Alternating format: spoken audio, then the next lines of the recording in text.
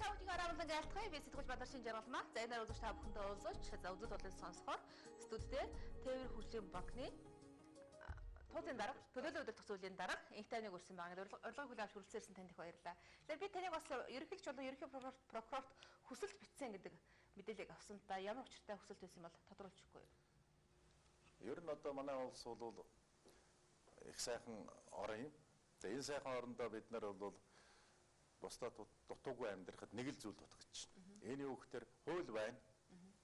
Хуулийг одоо зөрчдөг хүмүүс бол дээр байна. Тийм учраас хууль зөрчдөг хүмүүст одоо ногдвол хариуцлагын асуудал байхгүй маа. Тэрнээс болоод манай эдийн засаг, банк санхүүгийн системд одоо бэрхшээл учирч байна. За энэ нь цаашдаа бол манай банк санхүүгийн системд чинь бол манай улсын одоо цусны эргэлтийг мөнгө гэж үзэх юм бол зүрх нь банк байгаа. Тэгэхээр зэрэг банк санхүүгийн систем бол аливаа улсын стратегийн одоо чухал байгууллага.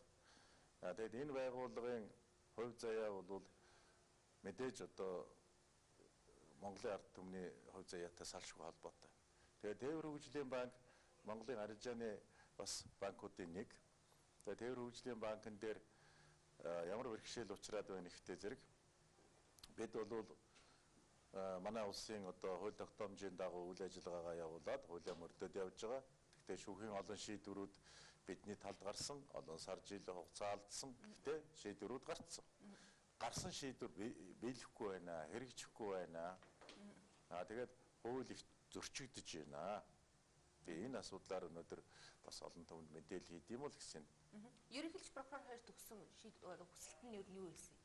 Гол нь за гол нь бол одоо Тээвэр хөгжлийн банкны одоо нэг маргаантай хувь нийлүүлэгчийн маргаантай асуудал бол шүүхээр эцлээ шийдэгдсэн. За энэ бол арбитрийн шийдвэрээр эцлээ шийдэгдсэн. Ер нь арбитрийн маргаантай асуудал да. Гэхдээ иргэний журмаар бас шийдэгдсэн. Захиргааны хэргийн дээд шатны шүүх хяналтынхаа шатанд бол шийдэгдсэн. Шийдээд манай Тээвэр хөгжлийн банкны хөрөнгө оруулагч бусдад хувьцаагаа нууцаар зарласан, бэлгэлсэн энэ асуудал нь Монгол улсын банкны тухай хууль, хөрөнгө оруулалтынхаа гэрээ бусад одоо Монгол улсын хууль тогтоомжийг компанийн болон иргэний хуулиудыг зөрчижээ гэдгийг өгөж эцлээ шийдсэн. За ингэхлээр зэрэг ямар асуудал байх вэ гэхдээ зэрэг одоо Тээвэр хөгжлийн банк бол Монгол улсын бусад аржааны банкны адил одоо хуулийн дагуу үйл ажиллагаа явуулах хэрэгтэй. Одоо ер нь үйл ажиллагаа явуулж байгаа Тээвэр хөгжлийн. За үйл ажиллагааг бол шүүх зогсоогоод байна. За одоо та чухал асуулт тавилаа. Тэгэхээр зэрэг хууль бусаар зогсоож байна. Хуулийг ойлгохгүй шүүгчд байна. За. Яагаад тэгэхээр Тээвэр хөгжлийн банкнд хөрөнгө оруулахаар Швейцарын иргэн хүсэлтэд ирүүлдэг. Бид тэр хүнийг мэдэхгүй, бид шалгах боломжгүй. Тийм учраас тэр Монгол банкны хянан шалгалтын газар, Монгол банкны ерөнхийлөгчд энэ нэг хүн одоо Монгол улсын Тээвэр хөгжлийн банкыг Швейцарын банк шиг болгож өгье. Тэгээд одоо их сайхан зүйл ярьж байна. Гэхдээ та бүхэн одоо мэргэжлийн зүгээс үзээ шалгаад бидэнд хариуг нөгөөч гэсэн. Монгол банкны ерөнхийлөгч бол за та Монгол улсад ямар одоо хувь нэмэр оруулах гэж байгаа юм, ямар үр дүн гарахын стратегийн хувьд одоо энэ банкыг яаж авч явах юм, тэрийг бичээд иргэсэн. Тэгээ хайрмангуй бичиж өгсөн. Тэр бичгэн дээр юу гэж байдгүй хөтэй зэрэг 4 жилийн хугацаанд 100 сая долларын актив хөрөнгөтэй технологийн хувьд Швейцарын банкны зэрэгэлд төрсэн ийм банк болгож өгнө гэж өөрөө гараараа үсгээ бичээд Монгол банкнд өгсөн. Үүний үндсэн дээр Монгол банк зөвшөөрөөд Монгол банк юу гэж хэлсэн гэхдээ зэрэг за гадаадын хөрөнгө оруулагч танд баярлалаа. Монгол тавтай морил, Монгол улсын хууль тогтоомжийг мөрдөөрэй. Монголынхаа хувь нийлүүлэгчтэй хөрөнгө оруулалтын гэрээ хийгээрэй гэсэн. За ингээд хөрөнгө оруулалтын гэрээ хийсэн. Гэрээ маш тодорхой. Таны амлсан амлалтыг бид зөвшөөрч байна. 4 жилийн дараа та 100 сая долларын актив хөрөнгөтэй Швейцарын технологиг Монголд нэвтрүүлсэн ийм банк болгоорой. Энэ таны хүлээх үүрэг. Бидний хүлээх үүрэг бол бид таны энэ үйл ажиллагаанд саад учруулахгүй та гүйцэтгэх удирдлага аваад яв. Би төлөөлөлдөх зөвлөлөө аваад явъя. Ингээд бид хоёр банка байгуулсан. Би зөвшөөрөл өгсөн. Миний одоо банкнд орж ирэх зөвшөөрлийг өгсөн. Өгөөд тэгээд одоо хэрвээ амьдрал баян хэрвээ та бид хоёр хэн нэг нь энэ банкнаас гарч явах бол ямар нэгэн байдлаар 3 дахь этгээдэд хувьцааг шилжүүлэхгүй зөвхөн бид хоёр хамтрагчдаа тэргүй ээлжин санал болгоно. Хамтрагч тэр хүний оруулсан хөрөнгийг тухайн үеийн доллар шилжүүлсэн ханшаар худалдаж авна. Хэн альныхаа эрх ашигыг хохирохгүй. Энэ арбитрийн шийдвэрээр эцэслэн шийдэгдэнэ. Энэ арбитрийн шийдвэр бол бүх эцсийн шийдвэр байх ёстой. Бүх одоо шатны шүүхэд. За ингээд бид хоёр гэрээгээ байгуулсан. Гэтэл манайр 3 сая доллар оруулж ирээд 1 жилийн дотор 6 сая доллар аваад гарсан. Өөрөө одоо Москвагийн Судоосторотлын банкны захирлуудын зөвлөлийн гишүүн хүн байсныг бид мэдээгүй. Тэгээд өөрийнхөө тэр банкнд данс нээж байгаад манай банкны мөнгийг тэнд байршуулсан. За манай Монгол банкны хяналт шалгалтын байгууллага манай аудитынхан ирээд хэлдэг. Гэхдээ манай улс та хөрөнгө оруулсан болохоос биш манай улсын иргэдийн мөнгийг гадаадд байршуулах. Эцсийн дүндээ та хөрөнгө оруулсан биш. Бид хөрөнгө оруулсан болчлоо. Тэгээ жилийн 1% хүүтэй. Жилийн 2.5% хүүтэй. 6 сая доллар. Энийг оруулж ирээч гэт. Тэгээ олон удаа шатдараасан шаардлагуудыг хүргээд бүр болохгүй болохоор нь одоо Монгол банкны зүгээс ажлаас нь халаад захирлыг тэгээ эрүүгийн хэрэг үүсгэн шалгасан. Шалгалтын явцад бас хуурамч бичиг баримт үйлдэн хөрөнгө оруулагч айрмны нэр дээр барилга байгууламж худалдаж аваад тэрийг буцааж банкнд жилийн дотор түрээсээр төлөхөөр тийм гэрээ хийсэн тогтоогдоод тэгээ ингээд шүүх рүү шилжсэн Мөрдөнбай цагч бол ер нь эрүүгийн хэрэг байна. Хэрэг бол тогтоогдлоо гэд. Тэгээ ингээд ганц удгийн хорих газраас Батлан даалтаар гараад дорнодын хилээр гараад явцсан. За хилээр гарахт нь бол яг гарах үед нь тэнд хилийн компьютер шатдаг. Яг тэр гарах үед нь хилээр гаргаж болохгүй нэрсийн жагсаалтанд орцсон хүн компьютер шатсан учраас гараа явцдаг. Яг тэр үед зураг хөргийн одоо хилээр гарахгүй хүмүүсийн зургийг хадгалж исэн нууцын албаны дарга тэр хавцсан гэртээ мартцсан байдаг. Яг тэр өдөр тэр хүн Дорнод аймагт шөнө таксигаар очиход мотоциклтэй хүн досож авдаг. Чулуу хороо суманд авчирдаг. Яг чулуу хороо суманд очиход аймгийн засаг дарга жанлав захирамж гаргаад 20 цэрийн дэглэм тогтоочдөг. Яг тэр өдөр хил дээр гарч байгаа хилийн манаачийг цоошин огт гарч байгаа хүүхдийг тавьчихдаг.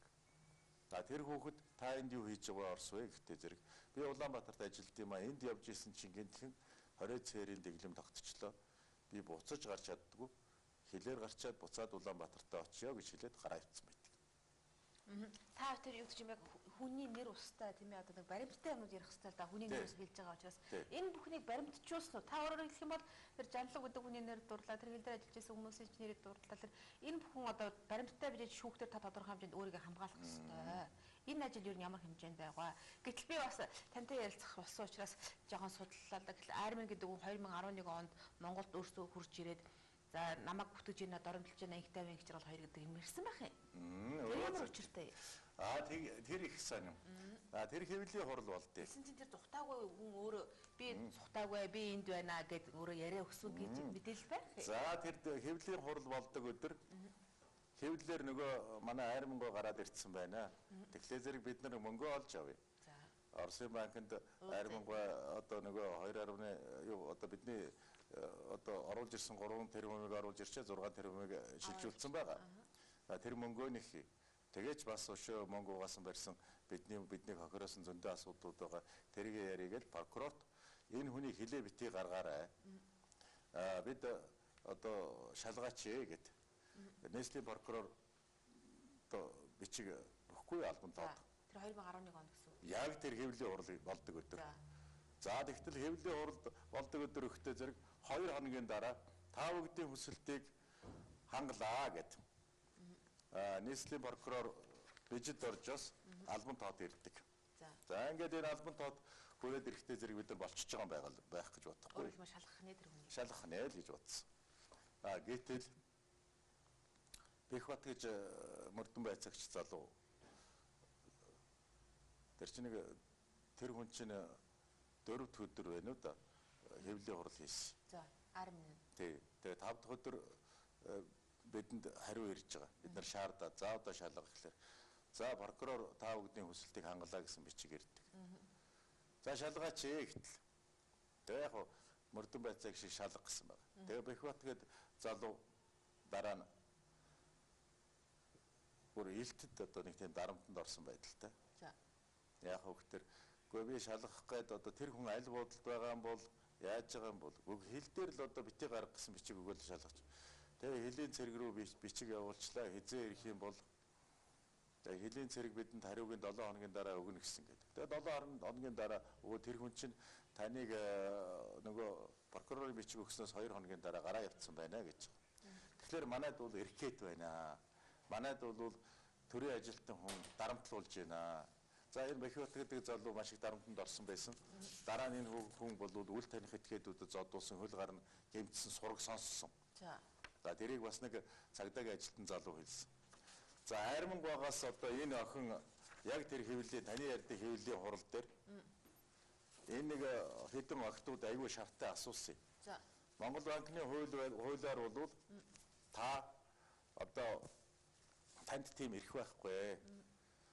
Энэ бол компани зарах замаар банкыг давхар зардаг тийм юм байхгүй. Монгол банк бол шинэ хууль гарсан. Тэр хуулиар бол та хууль зөрчсөн гэдэг. За энэ охин их айхтар асуугаад ирсэн.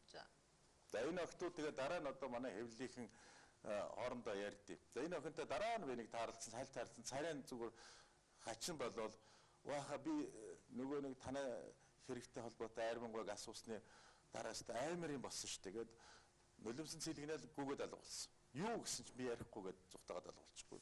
За одоо энэ охин цагаан цамцтай охин радиод ажилладаг. Радиог явах юм уу? За радиогийн сайт албаны хүн биш үү? За мэдхгүй радио хавьдал байд юм шиг нэрийг хинч хүлээд. За тэгтэл одоо энэ октоудаас асуухгүй юу? Тэгсэн харин тийш шүү дээ. Найз залуу малууг нь яг тэр ороо өстө зодоод балалсан шүү дээ. Өөрөөр хэлбэл сэтгүүлчдийг дарамтлсан гэж хэлдэг юм тийм ээ. Тий. Хин дарамтлсан. Одоо яг хин дарамтлсан. Харин хин дарамтлсан байх. Айрамнаас одоо асуулт асуусныхаа төлөө. Гэтэл Айрамтай хамт байсан хүн бол нэлээд зандрангуй байсан. Энэ бидний төлсөн цаг шүү. Данг дуугаараа гэдэг. За Батаргчаа гэж хүн. За тэгэхээр зэрэг ийм нэг үйл явдал болоод өнгөрсөн. Дараа нь одоо өнөөдөр яг энэ асуудлаар бичсэн одоо энэ МБС-ийн сэтгүүлч бол яг одоо шүүхтээр бас явж байгаа. За тэгэл араас нэг өмгөөлөгч мөнгөний төлөө явуулчихдаг. Тэгэл сэтгүүлч хүнийг бол мөрдөн байцаагч дууддаг. Тэр хүн ямар ч гэм хийгээгүй. Гэхдээ тэр хүнд зовиртой. Баян мөрдөн байцаагчтай дуудагдана, баян шүүхтээр дуудагдана. Тэгж жагаад бол шантаршгүй одоо манай авилгатай тэмцэх сэтгүүлчтэй холбооны хэмбэлээд нэг залуу байдаг чинь. Тэгээ Отхон баяр тий. Тэр бол бориад цусны шантаршгүй хүн. Тэр хүн дээр бол эрүүгийн хэрэг Отхон одоо оюун ундраагийнхан Отхон баяр дээр эрүүгийн хэрэг үүсгэсэн, иргэний хэрэг үүсгэсэн. Тэгээд энэ бол хэрэгсэхгүй болсон. Та ингээл ягд чим хууль шүүхийнхэн тийм ээ хуулиа биелүүлэхгүй байна. Шүүхийнхэн хууль зөрчиж шийдвэр гаргаж байна. За тэгээд зохион байгуулалтын гэмтэрийг илрүүлж чадахгүй гэдэг зүйлүүдийг яриад байна л та. Тий. Тэгэхээр одоо яг манай байдал бол эмиг нэлттэй. Манай ард түмэн бол одоо бүгдээрээ таг дугаа болсон. Та хэр хууль дүрм биелүүлдэг хүн бэ? Би өнөөдөр хууль дүрмийг л сахидаг. Би урангуйтай ч хүн. Би хууль дүрм биелүүлдэг гэдэг нь бол миний өөрөө зүрх сэтгэлийн хууль гэж нэг юм бий. Өнөөдөр хуулийг хийж боловсруулж болно. Ямар ч хууль боловсруулж болно. Гэхдээ би өөрөө зүрх сэтгэлдээ өөрөө зөв явах хэвээр. Зөв гэдэг юм чинь хууль байхгүй. Зөв л явах хэвээр. Тэгжээж надаас зөв уран бүтээл гарна. Түүнээс надаас би буруу явдаг, буруу сэтгэлтэй, дотоод сэтгэл маань буруу бол надаас миний уран бүтээлийг үлдэх нохоош шишгүй. Хийж сус. Гэтэл миний халуун сэтгэл энэ хэн бэ? Бусдад зориулах Монгол эр хүн гэдэг дууг өнөөдөр монголчууд бүгдээр нь сонсож байгаа шүү дээ. Миний зурсан одоо Талын шөнө гэдэг зургийг Путин ерөнхийлөгч бас л кино урлагийн ёс зүй гэдэг илтгэлээ тавиал тэр илтгэлдээ сайтуудад тавиал одоо Оросын сайтуудад миний Талын шөнө гэдэг зураг байж л байна шүү дээ. 2010 оны 5 дугаар сард байсан баха. Дээд шүүхээс инх тайван тэр хөгжлийн банкны туулзын үүрэгт ажиллаас чөлөөлөгдсөн нэг шийдвэр гарсан байсан. Тийм. Тэр чих гоё. Тэглээ зэрэг төлөөлөгдөх зөвлөл Монгол манай дөрвээр бол ер нь аливаа компани, аливаа банк төлөөлөгдөх зөвлөлийнхөө даргаыг бол жилд заавал одоо 4 удаа хурлаа хийн, удирдал болгонд хуралдана, хэвэрнүүлдэж болно, сонгож болно, хурал хийгдэх ёстой. Тухайн үед яасан гэхээр бид нар 2 туузын даргатай болсон байсан. Яасан бэ гэхдээ зэрэг манай ээж Тээвэр хөгжлийн банкны нөлөө өгөхийн хувьцаа эзэмшигч Батхүү, Дагуугийн Батхүү гэдэг хүн одоо гол хувьцаа эзэмшигч нь байсан. Ээж маань илэгний хорт хавдраар өвчлөөд шаналж байгаад гинт нас барсан. За ингээ гинт нас барах үед энэ Швейцарын иргэн Арман энэ Оросууд хуралдаад ягаад гэвэл нөлөө бүхий хувьцаа эзэмшигчийн эзгүүд манайх одоо хурал хийхдээ манай дөрмээр бол 70-аас дээш хувийн эрсдэлтэй хурал хүчин төгөлдөр болно. Тэгээ цаашаа үргэлжлэнэ. Хэрвээ хувьцаа эзэмшигт хуралдаа ирэхгүй бол мэдсээр байгаад ирэхгүй бол 20% одоо хурлаа хийх хойшлуулсан хурал. Тийм одоо манай компанийн хууль тийм шүү дээ. Тэгсэн чинь ээж нас орчаад бид нар нэг ажил явдалд байж хаагур тууцаа захирал томилчдаг байхгүй тэд нар. Нэг гадаадын хүн авчираад хинчүүлээ нэг Оросыг авчираад томилчдаг. За тэр тавилсан шалтгаан нь юу вэ гэхдээ зэрэг нөгөө новоо жилийг гэмт хэрэгт холбогдоод ганц удагт хоригдож байхад Тээвэр хөгжлийн банкны төлөөлөл өдөрт зөвлөлийн зүгээс манай банкд гомдлоггүй гэх юм бол новоо жил суллагдах хэрэгтэй байсан. Тийм учраас тэнд ингээ 2 төвцтэй болцсон. Тэглээ зэрэг маргаа үүсгээ шүүхэд очсон. Шүүх тэр 2 төвцийг хоёулангийн хүчинг болгосон. Инх тайвны бүр эрхийг хүчинг болгосон, аримны бүр эрхийг хүчинг болгосон. За дараа нь бол ахаад бид нар цаг хугацаа явлаа, ахаад улирал дууслаа, ахаад хурлаа хий, ахаад төвзөө байгуулах ёстой.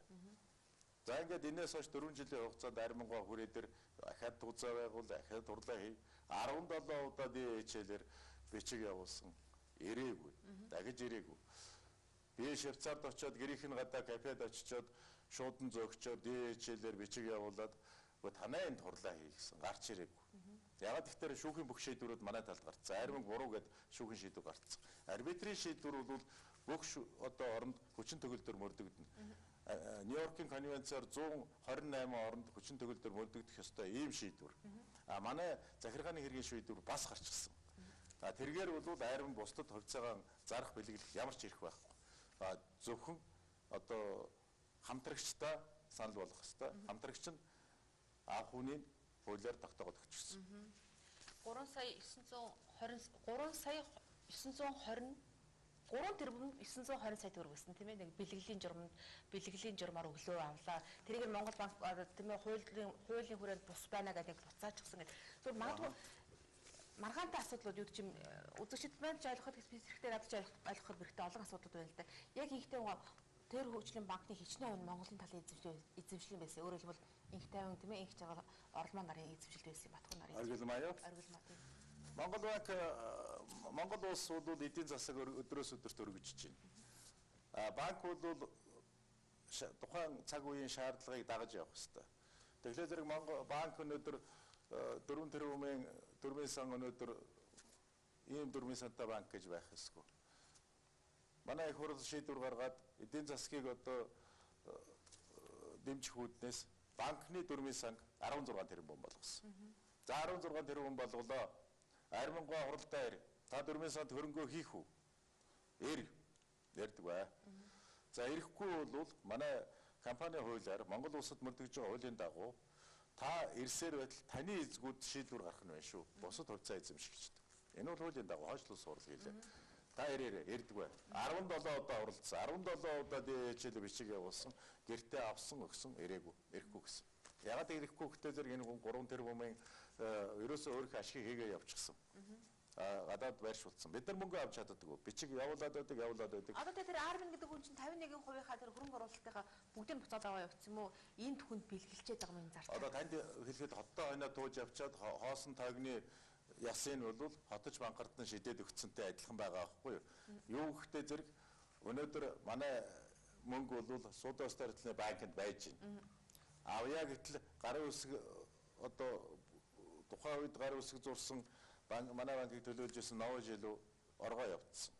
Тухайн үед одоо дараагийн хүмүүст нь тэр хүн чинь ингээ оргоо явуулсан бид нар дахиад хүн сонголоо гэхээр тэгвэл Армины зөвшөөрлөг аваад ир гэдэг. Армин өөрөө тэнд суугаад байдаг.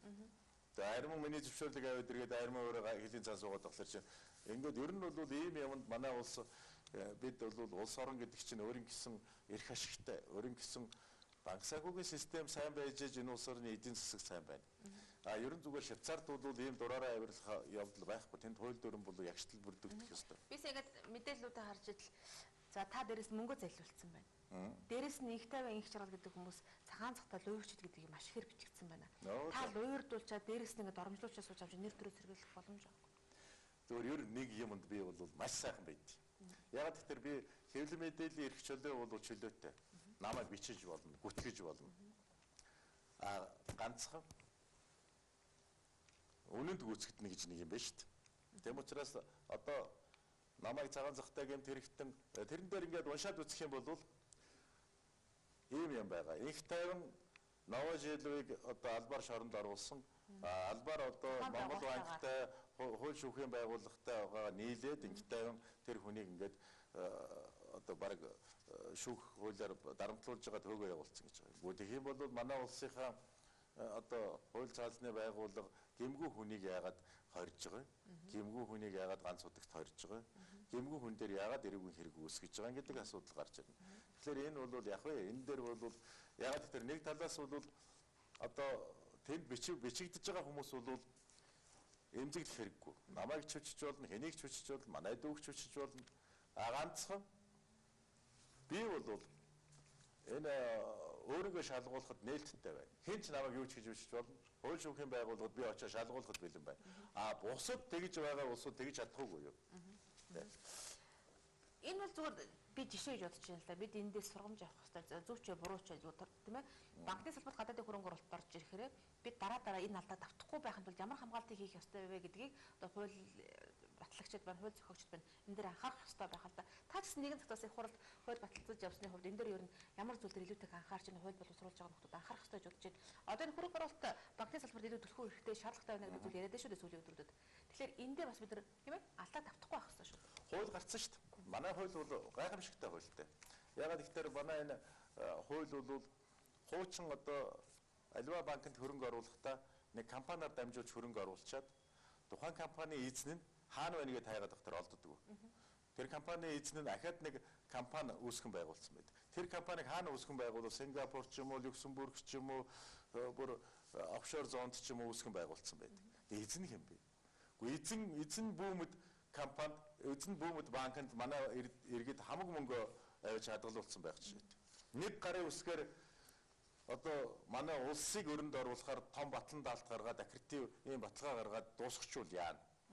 Нэг гарын үсгээр тэр эзэн маш болохгүй хүнд. Одоо жишээл эзэн тийм учраас манай Монгол банкны банкныхан бол сайхан хууль гаргасан. Ягаад гэвэл зэрэг банкны эзэд ил тод байх хэрэгтэй.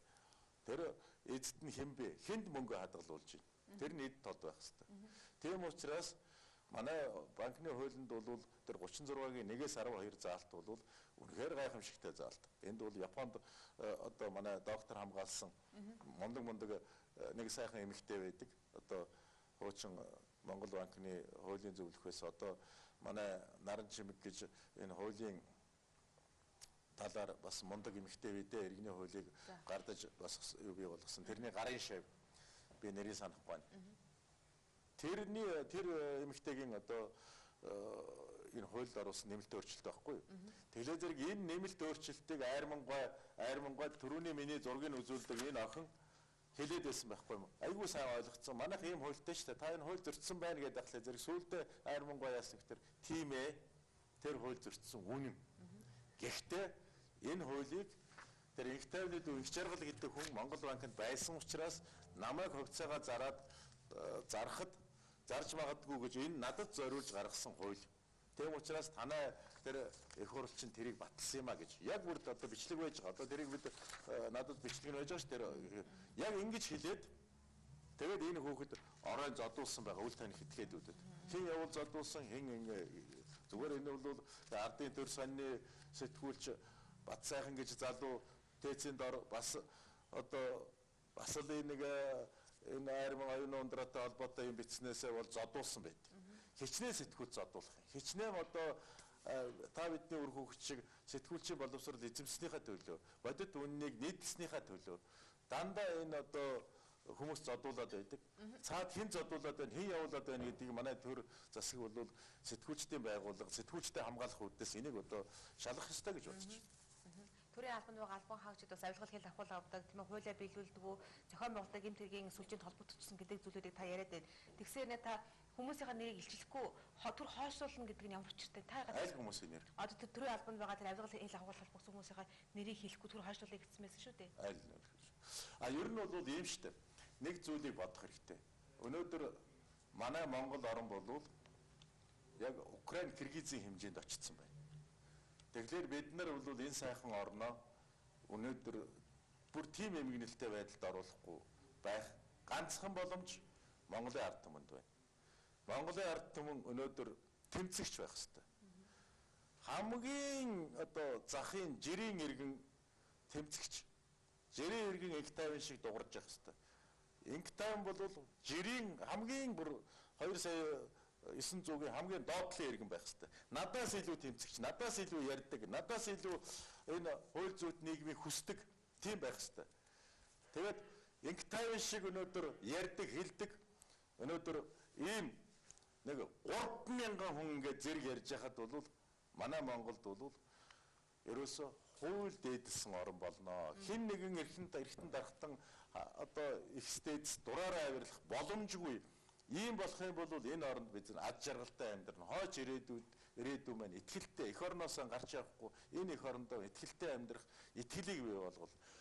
Тэгэхээр зэрэг энэ ард түмний итгэл бол нөгөө талдаа энэ хууль түүнийг одоо хэрэгжүүлэх энэ систем хоёр хамт байх хэрэгтэй. За ярил их үзэгчтэй өнөөдөр Тээвэр хөгжлийн банкны төлөөлөлд урдах зүйлийн дараа их тайвантай бий ярилцлаа. Өнөөдөр банкны салбарт хувийн хөгжлийн оролцож байсан тухайн цаг мөчид хуулийн хэрэгжил ямар хэмжээнд байсан, төр засаг гаргасан шийдвэр нь ямар хэмжээнд байсан, түүнийг хэрэгжүүлж байгаа тэр механизм зөв байсан юм уу, буруу байсан юм уу? Би дахиад одоо гадаадын хөрөнгө оруулалтыг банкны салбар татах хэрэгтэй гэж ярьж байгаа энэ цаг мөчтөө бид бас өнгөрсөн одоо тийм ээ туршлага судлах, алдаагаа давтахгүй байх тэр арга замыг хайх ёстой. Бидний ясах зүгээр энэ бүхэнд чиглэсэн байхаа гэж би бодож байна ингээд. Гадаадын хөрөнгө оруулагчид бол юу хүсэж байгаа нэгтэй зэрэг ерөөсөө хууль зүйн ноёрхсон тийм улс оронд хөрөнгө оруулалт бол эрсдэлгүй гэж ойлгодог. За яалаа. Зочныхаа энэ тайлбараас би ямар нэгэн дүгнэлт хийх хүссэнгүй анхаарч үзүүлж та авахд баярлалаа. Баярлалаа та. За баярлалаа.